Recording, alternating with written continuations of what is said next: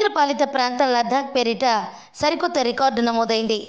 ప్యాంగాంగ్ సరస్సుపై నిర్వహించిన half marathon Guinness రికార్డులకెక్కింది.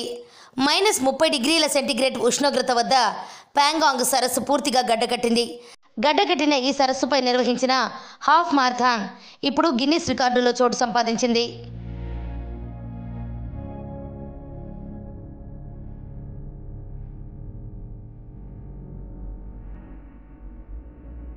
సముద్ర మట్టానికి 13,862 అడుగుల ఎత్తులో గడ్డకట్టిన ప్యాంగాంగ్ సరస్సుపై హాఫ్ మారథాన్ నిర్వహించారు.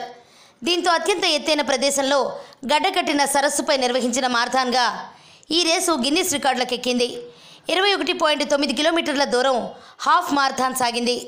దాదాపు 4 గంటల పాటు సాగిన హాఫ్ మారథాన్ లుకుంగ్ గ్రామంలో మొదలై మాన్ గ్రామంలో ముగిసింది. మొత్తం 75 మంది ఈ మారథాన్లో పాల్గొన్నారు.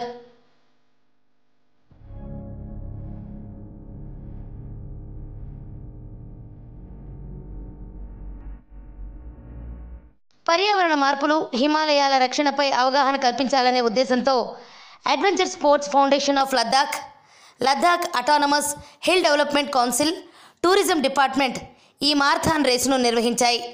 భారత్ చైనా సరిహద్దుల్లో ఈ ప్యాంగాంగ్ సరస్సు విస్తరించి ఉంది. ప్రతి ఏడాది శీతాకాలంలో ఈ ఉప్పునీటి సరస్సు పూర్తిగా గడ్డకడుతుంది. ఈసారి కూడా గడ్డకట్టగా మారథాన్ నిర్వహించారు.